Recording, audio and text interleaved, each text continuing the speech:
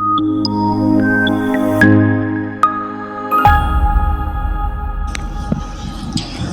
اللہ الرحمن الرحیم۔ اصحاب فیل کا واقعہ۔ حضور اکرم صلی اللہ تعالیٰ علیہ وآلہ وسلم کی پیدائش سے صرف 55 دن پہلے یمن کا بادشاہ ابراہ ہاتھیوں کی فوج لے کر کعبہ ڈھانے کے لیے مکہ پر حملہ آور ہوا۔ اس کا سبب یہ تھا کہ ابراہ نے یمن کے دارالحکومت میں ایک بہت ہی شاندار اور عالی شان گرجا گھر بنایا، اور یہ کوشش کرنے لگا کہ عرب کے لوگ بجائے خانہ کعبہ کے یمن آ کر اس گرجا گھر کا حج کیا کریں۔ جب مکہ والوں کو یہ معلوم ہوا تو قبلہ کنانہ کا ایک شخص غیظ و غضب میں جل بن کر یمن گیا اور وہاں کے گرجا گھر میں پاخانہ کر کے اس کو نجاست سے لت پت کر دیا۔ جب ابراہ نے یہ واقعہ سنا تو وہ طیش میں آپے سے باہر ہو گیا اور خانہ کعبہ کو ڈھانے کے لیے ہاتھیوں کی فوج لے کر مکہ پر حملہ کر دیا، اور اس کی فوج کے اگلے دستہ نے مکہ والوں کے تمام اونٹ اور دوسرے مویشیوں کو چھین لیا۔ اس میں 200 یا 400 اونٹ عبد المطلب کے بھی تھے۔ حضرت عبد المطلب کو اس واقعہ سے بڑا رنج پہنچا، چنانچہ آپ اس معاملہ میں گفتگو کرنے کے لیے اس کے لشکر میں تشریف لے گئے۔ جب ابراہ کو معلوم ہوا کہ قریش کا سردار اس سے ملاقات کرنے کے لیے آیا ہے تو اس نے آپ کو اپنے خیمے میں بلا لیا، اور جب حضرت عبد المطلب کو دیکھا تو ایک بلند قامت، روبدار اور نہایت ہی حسین و جمیل آدمی ہے، جن کی پیشانی پر نور نبوت کا جاؤ جلال چمک رہا تھا۔ تو صورت دیکھتے ہی ابراہ مرعوب ہو گیا اور بے اختیار تخت شاہی سے اتر کر آپ کی تعظیم و تکریم کے لیے کھڑا ہو گیا اور اپنے برابر بٹھا کر دریافت کیا کہ کہیے سردار قریش، یہاں آپ کی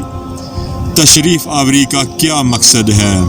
حضرت عبد المطلب نے جواب دیا کہ ہمارے اونٹ اور بکریاں وغیرہ جو آپ کے لشکر کے سپاہی آنکھ لائے ہیں، آپ ان سب مویشیوں کو ہمارے سپرد کر دیجئے۔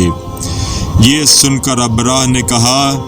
کہ اے سردار قریش، میں تو یہ سمجھتا تھا کہ آپ بہت ہی حوصلہ مند اور شاندار آدمی ہیں، مگر آپ نے مجھ سے اپنے اونٹ کا سوال کر کے میری نظروں میں اپنا وقار کم کر دیا۔ اونٹ اور بکری کی حقیقت ہی کیا ہے؟ میں تو آپ کے کعبہ کو توڑ پھوڑ کر برباد کرنے کے لیے آیا ہوں۔ آپ نے اس کے بارے میں کوئی گفتگو نہیں کی۔ حضرت عبد المطلب نے کہا کہ مجھے تو اپنے اونٹوں سے مطلب ہے، کعبہ میرا گھر نہیں ہے بلکہ وہ خدا کا گھر ہے، وہ خود اپنے گھر کو بچا لے گا، مجھے کعبہ کی ذرا بھی فکر نہیں ہے۔ یہ سن کر ابراہ اپنے فرعونی لہجے میں کہنے لگا کہ اے سردار مکہ، سن لیجئے، میں کعبہ کو ڈھا کر اس کی اینٹ سے اینٹ بجا دوں گا اور روئے زمین سے اس کا نام و نشان مٹا دوں گا، کیونکہ مکہ والوں نے میرے گرجا گھر کی بڑی بے حرمتی کی ہے، اس لیے میں اس کا انتقام لینے کے لیے کعبہ کو مسمار کر دینا ضروری سمجھتا ہوں۔ حضرت عبد المطلب نے فرمایا کہ پھر آپ جانے اور خدا جانے، میں آپ سے سفارش کرنے والا کون؟ اس گفتگو کے بعد ابراہ نے تمام جانوروں کو واپس کر دینے کا حکم دے دیا، اور عبد المطلب تمام اونٹوں اور بکریوں کو ساتھ لے کر اپنے گھر چلے آئے، اور مکہ والوں سے فرمایا کہ تم لوگ اپنے اپنے مال مویشیوں کو لے کر مکہ سے باہر نکل جاؤ اور پہاڑوں کی چوٹیوں پر چڑھ کر اور دروں میں چھپ کر پناہ لو۔ مکہ والوں سے یہ کہہ کر پھر خود اپنے خاندان کے چند آدمیوں کے ساتھ لے کر خانہ کعبہ میں گئے اور دروازہ کا حلقہ پکڑ کر انتہائی بے قراری اور گریزاری کے ساتھ دربار باری میں اس طرح دعا مانگنے لگے کہ اے اللہ، بے شک ہر شخص اپنے اپنے گھر کی حفاظت کرتا ہے، لہٰذا تو بھی اپنے گھر کی حفاظت فرما، اور صلیب والوں اور صلیب کے بیچاریوں عیسائیوں کے مقابلہ میں اپنے اطاعت شعاروں کی مدد فرما۔ حضرت عبدالمطلب نے یہ دعا مانگی اور اپنے خاندان والوں کو ساتھ لے کر پہاڑ کی چوٹی پر چڑھ گئے اور خدا کی قدرت کا جلوہ دیکھنے لگے۔ ابرا جب صبح کو کعبہ ڈھانے کے لیے اپنے لشکر جرار اور ہاتھیوں کی قطار کے ساتھ آگے بڑھا اور مقام مخمز میں پہنچا تو خود اس کا ہاتھی، جس کا نام محمود تھا، ایک دم بیٹھ گیا۔ ہر چند مارا اور بار بار للکارا، مگر ہاتھی نہیں اٹھا۔